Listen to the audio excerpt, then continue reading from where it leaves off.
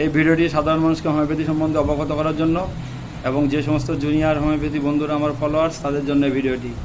এই যে ভদ্রলোককে দেখছেন, ওনার নাম হচ্ছে আব্বাস মণ্ডল। ওনার এজ হচ্ছে 38।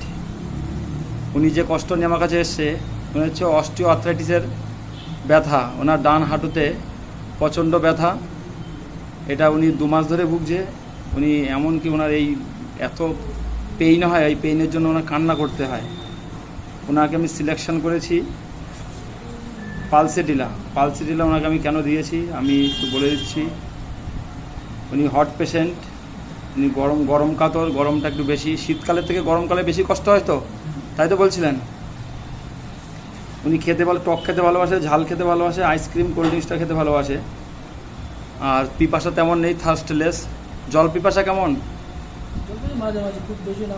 খুব একটা পায় না তো বলছিলেন, খুব একটা পায় জল পিপাসা? থার্স্টলেস আছে।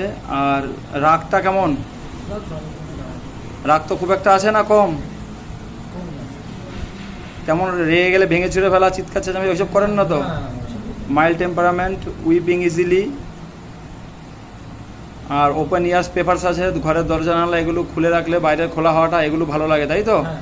এই সিমটমসের উপরে ওনাকে আমি পালসেটিলা সিলেকশন করেছি।